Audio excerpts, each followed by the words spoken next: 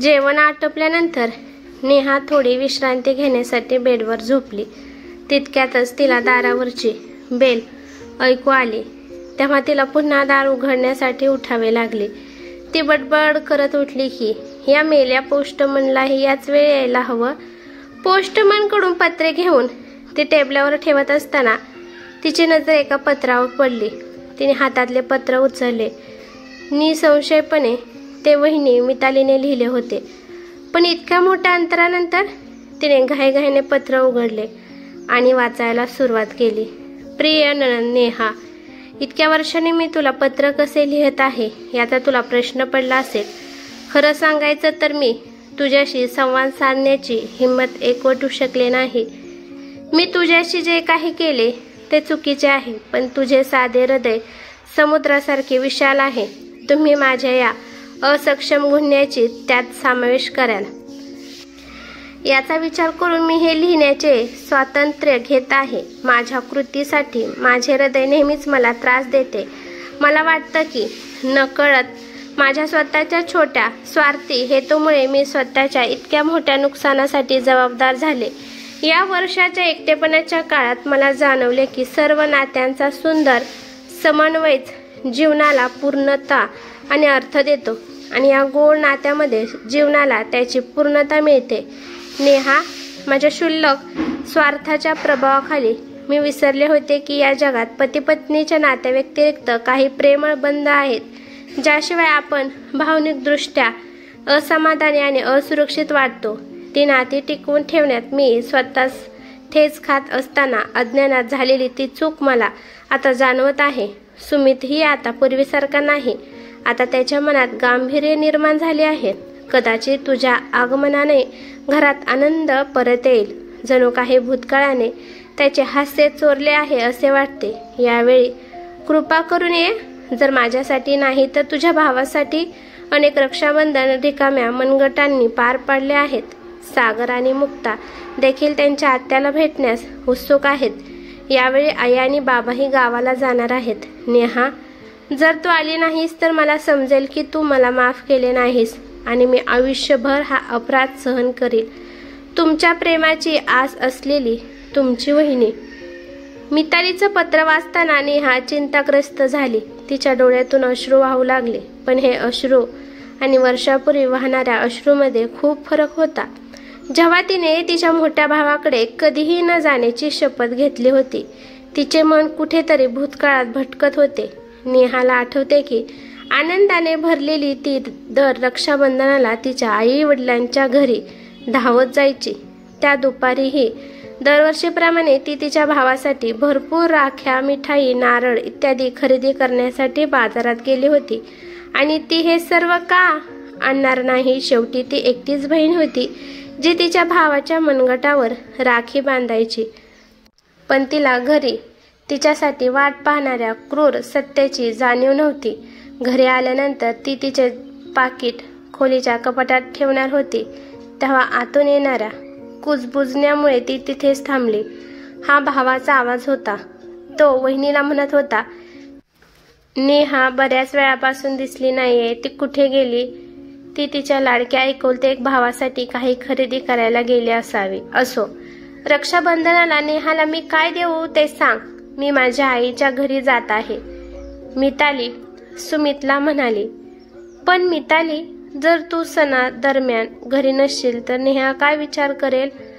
तुम्हाला जे काही वाटेल ते विचार करा. ती माझी समस्या नाही. बघा, मी तुम्हाला सांगत आहे की आपण तिला 100 रुपयापेक्षा जास्त देऊ शकत नाही. ती काय घेईल? फक्त एक नारळ, राखी आणि अर्धा किलो मिठाई, बस. आणि ते ऐकून दादा गप्प बसला. जणू काही त्यानेही त्याला होकार दिला आहे. तिला धक्का बसला की आता तिच्या भावना व्यवहाराच्या तराजूत तोलल्या जात आहेत. खरं सांगायचं तर तिला भावाच्या शांततेबद्दल जितकं वाईट वाटलं तितकं वहिनीच्या बोलण्याबद्दल वाटलं नाही. वहिनी एक अनोळखी व्यक्ती होती, पण भाऊ आणि ती एकाच आईच्या पोटातून सुखदुःखात भागीदार होते. दोघांनीही बालपणीचे सर्व सुख आणि समस्या एकत्र वाटून घेतल्या. भावाच्या शांततेमुळे तिला असे वाटले जणू कोणीतरी तिच्या छातीवर खूप दगड ठेवले आहेत. ती विचार करत होती की इतक्या वर्षापासून तिने भावंडामधील प्रेमाच्या वेलीला जोपासले नव्हते, ज्याचा सुगंध तिच्या भोवती पसरला असता. पण कदाचित तिने स्वतःभोवती काट्यांचे कुंपण बांधले असेल, जे आयुष्यभर तिच्या हृदयाला टोचत राहील. दुसऱ्या खोलीत जाऊन नेहाने जड अंतकरणाने राख्यांचे पाकीट टेबलाच्या ड्रॉवरमध्ये ठेवले आणि बेफिकीरपणे बाहेर अंगणात जाऊन बसली. या अंगणात बसून तिने आणि सुमित दादाने अनेक खोडसाळ कृत्य केली होती. समोर उभे असलेले आंब्याचे झाड तिच्या आनंदी बालपणाचे साक्षीदार होते. तिच्या मोठ्या भावाला त्याच्या सर्व वाईट गोष्टीपासून वाचवण्यासाठी ती त्याला वाचवण्यासाठी जबाबदारी स्वतःच्या डोक्यावर घ्यायची आणि साम दाम दंड भेद अशा सर्व माध्यमाची मदत घेऊन ती त्याला शिक्षेपासून वाचवायची. सुमित शिकत असताना ती रात्रंदिवस सावलीसारखी तिच्या भावाच्या मागे जायची आणि त्याच्या अभ्यासात कोणताही अडथळा येऊ नये म्हणून त्याच्या प्रत्येक गरजा पूर्ण करायची. भाऊ आणि बहिणीमधील हे प्रेम शेजारी आणि नातेवाईकांसाठी हेव्याचा विषय होता. आकाशात ढग जमा झाले होते आणि हलक्या पावसाला सुरुवात झाली होती, पण नेहा तिच्याच विचारात हरवली होती. जांभळाच्या पानावरून पडणाऱ्या पाण्याच्या लहान थेंबाकडे पाहत होती. कदाचित जांभळाचे झाड नेहाच्या वेदना समजून घेत होते. तिचे अश्रूही पानांवरून लहान थेंबाच्या स्वरूपात पडत होते. नेहा, तू कुठे हरवलीच आहेस? पाऊस सुरू झाला आहे, चल आत जाऊन चहा घेऊया. तिची आई किती वेळ तिच्या समोर उभी होती हे तिला कळलेच नाही. आत वहिनीकडून चहाचा कप घेताना ती विचार करत होती, या प्रेमळ वहिनीमध्ये आणि त्या मगाच्या मध्ये किती फरक आहे. कदाचित दर्शनी भाग हा असा आधार आहे ज्याच्या मदतीने आपण सामाजिक संबंध रोखू शकतो. तिने अनिश्चिततेने चहा प्यायला आणि म्हणाली, आई, खरेदी करून मी खूप थकले आहे, मी जाऊन थोडा वेळ झोपते. ती खोलीत अंधार करून येऊन बेडवर झोपली. तिला अंधाराचा राग येत होता, पण आज काही कारणास्तव अंधार तिला दिलासा देत होता. अनिच्छितपणे तिचे मन त्याच्याशी संघर्ष करत होते. ती भूतकाळात हरवली. सुमित दादाचा निकाल आला होता. ती नाचत आणि उड्या मारत परिसरात आली आणि दादा वकील झाल्याची बातमी पसरवली. जेव्हा ती काकूला मिठाई देण्यासाठी तिच्या घरी गेली तेव्हा काकूने तिला गमतीने सांगितले की तिच्या भावाची वकिलाची पदवी साजरी कर. वहिनीच्या आगमनानंतर तुझी किंमत एका पैशाचीही राहणार नाही. हे ऐकून नेहा अचानक रागवली आणि ती काकूशी भांडू लागली की तिचा भाव असा नाहीये. प्रत्यक्षात सुमित दादा कधीच असा नव्हता. एकदा नेहा आजारी पडली होती तेव्हा तो रात्रभर तिच्या शेजारी बसून तासनतास तिची काळजी घेत होता. त्याची आई त्याला कितीही सांगत राहिली तरी नेहा जोपर्यंत ठीक होत नाही तोपर्यंत तो तिच्या पलंगावरून हलला नाही. रक्षाबंधनाच्या दिवशी सुमित तिला खूप राखी बांधायला लावायचा आणि त्याच्या सर्व मित्रांसमोर याबद्दल बडाई मारायचा. राखी संपूर्ण आठवडाभर त्याच्या हातातून निघत नव्हती. सुमित नेहाशिवाय कोणतेही काम करू शकत नाही. कॉलेजपासून ते घरापर्यंतच्या सर्व कामामध्ये नेहा तिच्या भावाची भागीदार असायची. नेहाताई, चला, सर्वजण तुमची वाट पाहत आहेत, असा वहिनीचा आवाज आला आणि नेहा तिच्या विचारातून बाहेर आली. नाही वहिनी, आज मला जेवायचं नाहीये. तुम्ही लोक जेवून घ्या. कृपया लाईट बंद करा, मला झोप येत आहे. झोप तिच्या डोळ्यापासून मैल दूर होती. ती मितालीबद्दल विचार करत होती की ही तीच मिताली आहे का जिला तिने घरच्यांच्या विरोधाला न झुमकता तिची वहिनी म्हणून आणले होते. तिच्या लाडक्या वहिनीच्या आगमनासाठी तिने काय तयारी केली नव्हती. तिने दिवस रात्र धावत राहिली. काकू आईला म्हणायची, ताई, तू खूप मोठ्या कुटुंबातील मुलगी आणणार आहेस. तुमच्या या आनंदी जगाला नजर लागू देऊ नकोस. आई द्विधा मनस्थितीत पडायची, पण नेहा मितालीसाठी संपूर्ण जग स्वीकारण्यास दृढ निश्चय दिसत होती. शेवटी तिने आपल्या वहिनी म्हणून ज्या परीकथेतील राजकुमारीची कल्पना केली होती ती मितालीला पाहिल्यावर प्रत्यक्षात उतरताना दिसली. खरं तर मितालीचे सौंदर्य अतुलनीय होते आणि तिचे रूप खूपच सुंदर होते. मितालीचे वडील सरकारी नोकरीला होते. 2 भावांची एकुलती एक बहीण.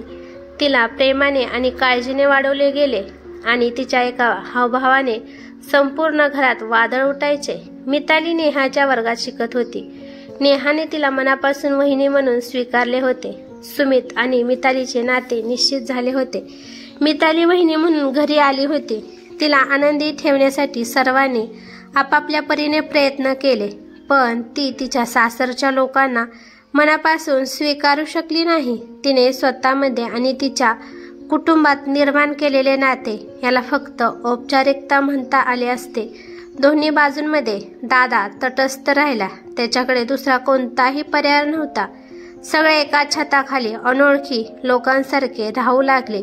नेहाचे लग्न झाले नव्हते तोपर्यंत अनोळखी व्यक्तीबद्दलची ही भावना बाळगणे ही तिची सक्ती होती. पण सचिनशी लग्न झाल्यानंतर तिची ती सक्तीही संपली. सचिन बँगलोरमध्ये चांगल्या पदावर कामाला होता. त्यांचे संयुक्त कुटुंब होते. तिच्या सासरच्या घरात सचिनची पत्नी असण्याव्यतिरिक्त ती सर्वांची लाडकी वहिनी आणि सून होती. ती सर्वस्व होती. कदाचित मितालीकडून मिळालेल्या जखमांमुळे तिच्या भावना आणखी संवेदनशील झाल्या असतील आणि त्या सहन करून ती शुद्ध सोने बनली असेल. दादा आणि बहिणीसोबत राहणे ही आई आणि वडिलांची सक्ती होती, पण तो अनोळखी लोकांवर जबरदस्तीने आपलेपणाची भावना का लादेल? हळूहळू नेहाच्या आई वडिलांच्या घरी जाण्या येण्या फक्त रक्षाबंधनपुरत्याच मर्यादित झाल्या. भावाच्या मनगटावर राखी बांधताना जेव्हा तो तिच्या कोपरापर्यंत राख्या बांधण्याचा आग्रह धरत असे, तेव्हा तो तिला तोच जुना भाव वाटायचा आणि ती तिचे बालपण पुन्हा अनुभवायची. त्यांच्या नात्यात तोच एकमेव धागा उरला होता. आज ते देखील एका धक्क्याने तुटले. इतकी वर्ष ती तिच्या मनाला का फसवत राहिली? सत्य तेव्हाही तसेच होते आणि आजही तसेच आहे. मग तिने एक निर्णय घेतला, भावाच्या घरी कधीही न येण्याचा निर्णय. ती रात्रभर याच विचारामध्ये हरवली होती. ती रात्र तिला वर्षानुवर्ष का वाटली हे मला कळत नाही. तिने तिचे सामान बांधले आणि सकाळी लवकर तयार झाली. तिला तयार पाहून आई थक्क झाली. अगं, तुला येऊन फक्त 2 दिवस झाले आहेत, तर तू कुठे जात आहेस? आणि तिने तिला सासरच्या घरी परत जाण्यासाठी रात्रभर विचार केलेले सर्व कारणे सांगितली. पण मी माझ्या आईपासून माझ्या आतल्या भावना कशा लपवू शकते? कदाचित आईलाही ते समजले असेल. आईने जड अंतकरणाने तिला निरोप दिला. सुमित दादा तिला ट्रेनमध्ये सोडायला आला होता. निघतानाही तिला खात्री होती की ट्रेन चालू असताना इतक्या लवकर परत जाण्याचे कारण दादाला जाणून घ्यायचे असेल. पण दादा नाखुश का राहिला हे मला माहीत नाही. हळूहळू ट्रेन प्लॅटफॉर्मवर सोडून गेली. ती तिच्या भावाकडे पाहत राहिली जोपर्यंत तो तिच्या नजरेआड झाला नाही. प्रवाशांच्या नजरेतून सुटका करून तिने तिच्या पदराने हळुवारपणे डोळे पुसले. इतकी वर्ष उलटून गेल्यानंतर ती पुन्हा कधीही तिच्या भावाच्या घरी गेली नाही. तिला तिच्या तब्येतीची बातमी फक्त तिच्या आईच्या फोनमधून कळत असे. सुमित दादाची बदली झाली. तो वहिनी आणि मुलांसह तेथून निघून गेला होता. आईच्या आजाराबद्दल कळाल्यावर तिला जायला लागले. तिला पाहूनच तिच्या आईचा अर्धा आजार बरा झाला असं वाटले. यावेळी आईच्या चेहऱ्यावर समाधानाचे तेज होते. नेहा म्हणाली, आई, सगळे कसे आहेत? अगं नेहा, तुला चांगलंच माहिती आहे की मिताली तिच्या आई वडिलांसाठी कशी आसुसलेली होती. आपल्याला तर तिने नातेसंबंधातील जगात एक कोपराही दिला नाही. सुनेच्या भावाच्या लग्नानंतर तिच्यात हळूहळू बदल दिसू लागला. आईच्या घरी जाणे येणे सुद्धा काहीसे कमी झालेले आहे. कदाचित नवीन वहिनीने तिचा माहेरी जाण्याचा पत्ता कट केला असेल. तिने आपल्यासोबत जे केले तेच तिच्यासोबतही पुनरावृत्ती होत होते. आईने सुटकेचा निश्वास सोडला. खरंय, मी बाबळीचे झाड लावले आहे, त्यातून आंब्याची अपेक्षा कशी करू शकते? आई निघताना स्वतःच्या सुरात म्हणाली. खरं आहे नेहा. सुमित आणि मिताली येथून सोडून जाताना ती खूप रडली आणि मला आणि तुझ्या वडिलांना सोबत घेऊन जाण्याचा आग्रह करत राहिली. पण तूच सांग बेटा, एवढं मोठं घर तू कुणाला देणार? इथे कोणीतरी काळजी घ्यायला हवी होती. आता माझी सून इतकी बदलली आहे की तिला पाहिल्याशिवाय तुम्ही तिची कल्पनाही करू शकत नाही. खरोखरच आई आणि तिच्या मनात अपार समाधान निर्माण होऊन ती परतली. नेहा हा सगळा भूतकाळ आठवत होती. ती हातात पत्र घेऊन बेडवर बसली होती. तिचा नवरा कामावरून कधी परतला हे तिला कळलेच नाही. अगं, आज तू मला उपाशी ठेवण्याचा विचार करतेस का? मला खूप भूक लागली आहे. ती झोपेतून उठली आणि घाईघाईने नवऱ्यासाठी चहा घेऊन आली. काय झालं? तू आज खूप आनंदी दिसत आहेस. तिने हळूच मिताली बहिणीचे पत्र त्याच्या हातात दिले. म्हणूनच तुमची बायको इतकी आनंदी दिसते. पत्र वाचून तो हसला आणि म्हणाला, चला परवा तुमचे जाण्याचे रिझर्वेशन करूया. तुला काही खरेदीही करावी लागेल. चल लवकर तयारीला लाग. राख्या खरेदी करताना ती आनंदाने विचार करत होती की यावेळी बऱ्याच वर्षांनी ती भावाच्या हातावर भरपूर राख्या बांधेल. तर मित्रांनो, नाती या अशा असतात ज्या एकदा मनातून गेल्या तर त्या पुन्हा जोडण्यास खूप त्रास होतो आणि त्यासाठी खूप उशीरही झालेला असतो. इथे नेहाचं सुद्धा असे झाले होते. तिला असं वाटत होतं की ती परत तिच्या माहेरी कधी जाणार नाही आणि तिच्या भावाला राखी बांधणार नाही. पण प्रत्येकाने प्रत्येकाला बदलण्याची एक संधी दिली पाहिजे. ही कथा कशी वाटली ते मला कमेंट करून नक्की सांगा. कथा आवडली तर लाईक शेअर नक्की करा आणि चॅनेलवरती नवीन असाल तर चॅनेलला सबस्क्राईब करा. धन्यवाद.